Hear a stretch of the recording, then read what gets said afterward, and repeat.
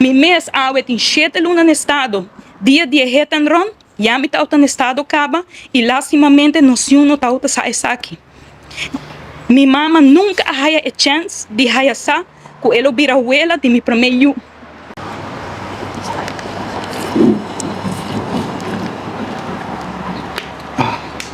Okay, stand by. Nossa Yudi é vítima não de acidente fatal que sucedeu dia 4 de janeiro de 2026. Nós queremos trazer tique claridade da comunidade. Porque nós sentimos que como vítima não nos voz não agora escuchar.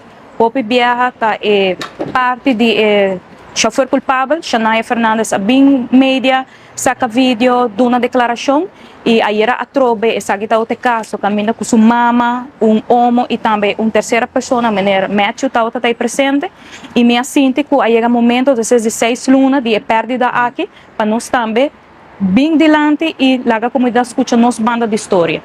Família tá papia de gente decente e nem sequer sorry a word dirigir te dia de hoje, dia sucedido.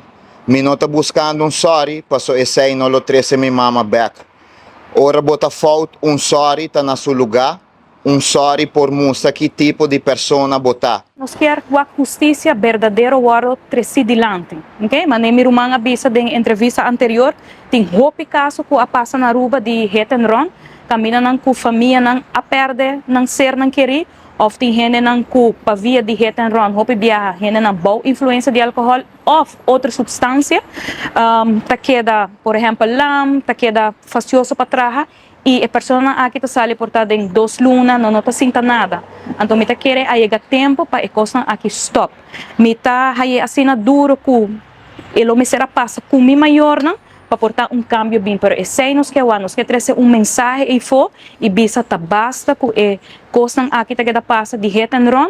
E mais ainda, que nós nota mira que tem castigo justo. E tur é pessoa aqui que opera na vida, tá gente não que tá tem valor para a família do mundo aqui. E mama de Shania, a papia de vuelo que tem 6 lunas malo no hospital, que tá roupa pegar na Shania. A mim tem 6 lunas sem wak minha mama e não lo wak nunca mais na vida. E a mama aqui não por nem imaginar como pegar e é amor que a mim tá outra tem para minha mama.